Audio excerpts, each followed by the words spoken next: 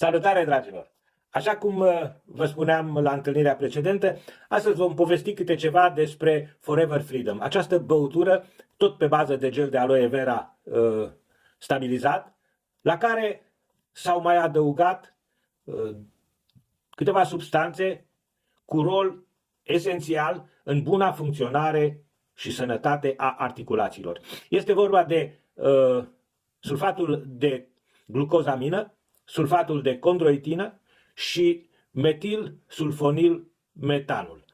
Aceste substanțe, primele două, au rol esențial în menținerea integrității și sănătății cartilajelor. Cartilaje care, la nivelul articulațiilor, funcționează ca niște amortizoare, prelund șocurile. MSM-ul, metilsulfonil metanul, are un rol deosebit în buna funcționare și în sănătatea țesuturilor conjunctive. De asemenea, aceste substanțe ajută și la menținerea unei viscozități corespunzătoare a lichidului lubrifiant din interiorul articulațiilor, ceea ce face ca cele două formațiuni dure care se întâlnesc la nivelul articulațiilor să alunece una peste cealaltă ușor, fără a produce durere.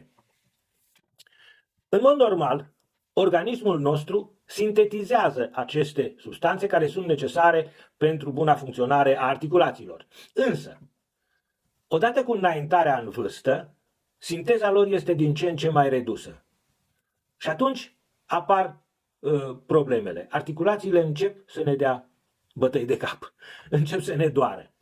De aceea este nevoie să venim cu un aport extern de aceste substanțe. Și asta face gelul Forever Freedom. Eu personal nu am probleme deosebite la ora actuală cu articulațiile, deși recunosc, am o vârstă. Ce să-i faci? Asta este. Însă, preventiv, o dată pe an, fac o cură de 2 luni cu acest gel. De ce? Pentru că nu vreau să ajung deocamdată la probleme articulare. Și vă încurajez și pe voi să faceți același lucru, pentru că trebuie să o recunoaștem cinstit. E mult mai ușor să prevenim decât să ajungem să tratăm.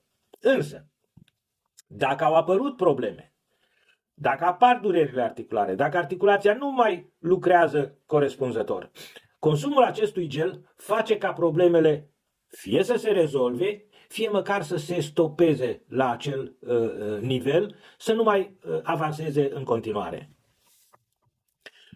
Ca un ultim lucru înainte de a încheia, pentru că nu vreau să abuzez de timpul vostru prea mult, vă mai spun 2 lucruri. Aceste substanțe au un efect benefic asupra integrității discurilor intervertebrale. Asta face să participe la sănătatea coloanei vertebrale. Și încă un lucru, în caz de fracturi, ajută la formarea calusului, ceea ce duce la repararea mai urgentă, mai repede și mai bine a fracturilor. Cam atât pentru astăzi. Vă mulțumesc că m-ați suportat și acum și vă doresc tot binele din lume. Să auzim numai de bine!